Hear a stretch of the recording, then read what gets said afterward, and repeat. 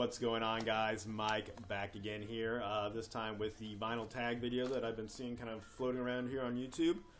Watched a few of those today. Thought it'd be, hey, that's a fun thing to do. Let's do it. So let's just get this thing started. All right. I'm trying to wake myself up here with some coffee. I am just beat. Got done 2 12-hour shifts in a row, man, and that just kicks my butt. When I do 4, it's even worse, but it's like a full day of recovery. But thought I'd try to at least do something constructive today, and this video is it. So let's just get this started. 20 questions. Let's go. How many albums do you own? I do use Discogs, but I do have some cassettes on there. Minor complaint, Discogs needs to get more cassettes on there because I cannot catalog my entire collection of cassettes because they don't have all of them, and that's frustrating to me. So I kind of had to do a guesstimate there with how many cassettes. I could have been real thorough and actually gone through, but I'm going to say I have anywhere between 420 and 440 pieces of vinyl somewhere in there. It's probably a safe bet.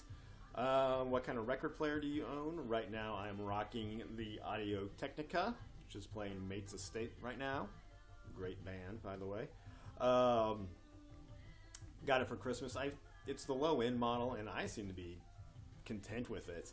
It does what it needs to do. I haven't had any problems with it. It plays everything just fine. It sounds fantastic. So, Audio Technica. If you're looking for a budget turntable, that's the way to go, I would say. How old were you when you started collecting?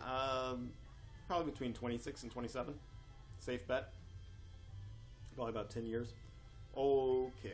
Oldest record you own. This is actually getting into the collection now.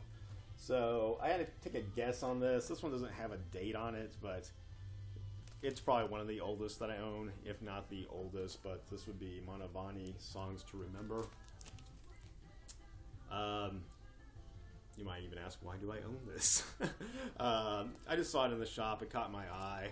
Kind of like the album cover there. It was cheap, and this is in pristine condition. So picked that up. I would say this is from the late 50s, early 60s. I do have my dad's old Beatles albums, which are probably, those are all original. So those are probably up there as the oldest records that I own. But I think that one actually probably predates that. First record you got, that would be a record I don't actually have anymore but would love to get, and I'm always on the hunt for it. I'm determined to find it out in the wild and not have to go online and get it, but that would be Chipmunk Rock. It was kind of like a compilation album that the Chipmunks did, like of a lot of songs ranging from the 60s to the 80s. I think Betty Davis Eyes, Leader of the Pack, Playing with the Queen of Hearts, just some really good classic stuff on there. That was a fun album, and I just loved looking at the gatefold as a kid. And the album cover has Alvin carving himself into Mount Rushmore or something. Good stuff. First record you got with your own money, that would actually be 2 because I bought these at the same time, but that would be 9 Inch Nails Only, remixed by Richard X and LP. Good stuff there. And I also bought, that same day, Little Machiavelli, other known as Tupac. This is Killuminati. Good stuff, though. I love this album. Sound quality is not great on there. I mean, it's digitally remastered, which is something you love to see when it comes to vinyl. But, yeah, sound quality is not great on this, but still a good album nonetheless. Next up, let's see, favorite color vinyl. It'd be this one right here. This one was like no contest whatsoever. I love this thing. But this would be Behold the Octopus. This is Skull Grid. I just think this is beautiful. This kind of black and shape, flecks of white in there, kind of splatter vinyl on red. Oh my goodness. It is so pretty. But good stuff here. This album is really fantastic too. If you're up for something kind of wild and crazy, I call it jazz metal just because it's so insane time signatures going on. Really good stuff though. But yeah, Skull Grid, by far my favorite colored vinyl piece right there.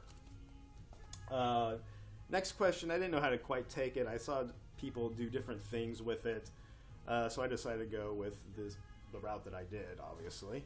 But that would be discount album that you own. I just went with a bargain bin find that I found that I thought was really great. That would be Stanley Clarke, School Days. I think I paid $1 for this, and I love me some Stanley Clarke. So yeah, that goes there. Next up, prized possession. That would be this album right here, Marilyn Manson, Mechanical Animals.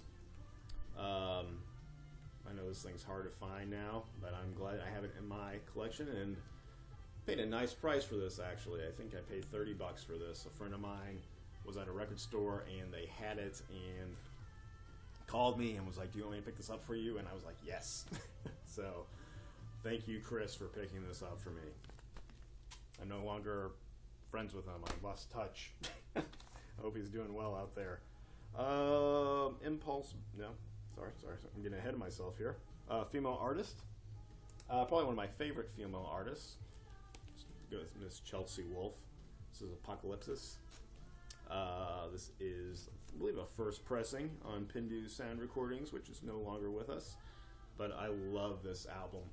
I was kind of obsessed with it when it came out, but to this day, probably one of my favorite female artists out there, Chelsea Wolfe. Favorite band? It's kind of a hard question, but I just decided to go with a band that I considered my favorite for years and years. Anymore, I don't even know if I have a favorite band or not, but I decided to go with Modest Mouse. This is The Moon in Antarctica. Great album, great band. I'm sure most people are familiar with this album, but really good stuff there. Next up is Impulse Buy. This was definitely an impulse buy because I didn't plan on spending the money that I did on this that day at the record store, but I saw it and I was like, I want it. And this is a nice little set too. It's a 2 LP set. This is, of course, Kanye West, 808s and Heartbreak. It also has a CD. And I'm just going to have to take this out because it's such a nice packaging here. But yeah, you kind of, gatefold right there. As you see, the CD's right there. But it's really beautiful packaging, and I think this is worth the money that I paid for it. Really underrated album, in my opinion. I know it's probably considered one of Kanye's weaker efforts, but in my opinion, it's probably one of his better efforts, and I'm not going to try to get that in the plastic right now because that album is mega thick. Let's see. A gift. Yes, what's next? Yes. A buddy of mine went to go see Paper Route in concert and bought me this album by them. This is Absence. Great band. If you don't know who they are, look them up on YouTube. Kind of a poppy electronic band, but really good stuff. Highly recommend checking them out. But yeah, Paper Route, Absence. Oh, most played. Probably easily would be Blondie, Eat to the Beat. Play the crap out of this thing.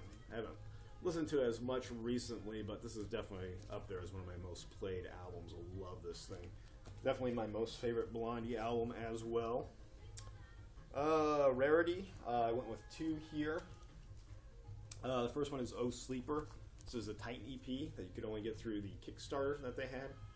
And if you paid the amount of money that I had to for this vinyl, $50, you got your name in the thank yous, which is quite nice. But nice piece to have. I probably will hold on to that forever. Kind of sentimental value there, obviously. And another one that's pretty rare is Evanescence Fallen. This is the reissue that came out a few years back.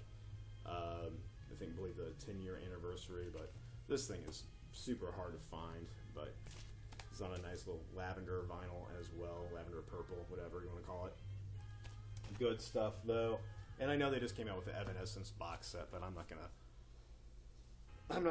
pay whatever money that is, like $120, which is totally worth it, but I don't have that kind of money just to throw around willy-nilly. Rainy Day album. This one was a no-brainer because when it's rainy, and especially in the springtime, this album is on the turntable.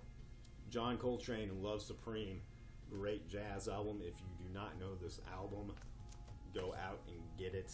It is fantastic. I love that thing. Always puts me in a good mood. Which, Feel Good album is next.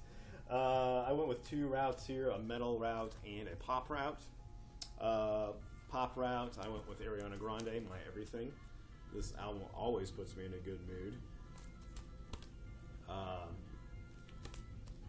It's just a good pop album. What can I say? And this album also puts me in a great mood as well. This would be Baroness Purple. I love this thing. This gets quite a few spins as well, but also puts me in a great mood. What was next? Nostalgic? Yeah. Nostalgic album. MC Skat Kat. Loved this album as a kid. Stoked when I finally found it on vinyl. I had to order it from Indonesia, I believe. It's an import pressing, but really good stuff. If you don't know, really good stuff. It's the cat from Opposites Attract. It's a fun album, but I was really, really pleased to have that in my collection. Definitely a trip down memory lane there. Record store day purchase. Not a huge one here, but went with Built to Spill. This is Ripple, which is a Grateful Dead cover. Kind of a nice little 10-inch or 7-inch picture disc there. Good stuff. And last but not least, a recent purchase. And I just got this in the mail the other day, so I decided to go with this one. But this would be Resident Evil, The Final Chapter. This is by Paul Haslinger. Really, really enjoyable film score. Quite good, actually. I have not seen the movie yet. This franchise is kind of a guilty pleasure for me. I do enjoy it. It's good popcorn flicks, but and really all their scores have been great in my opinion.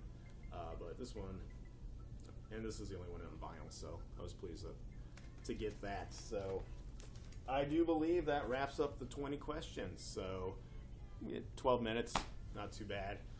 Anyway, I hope everyone's doing well out there as always, guys. And until next time, happy listening. We will talk to you later. All right, bye.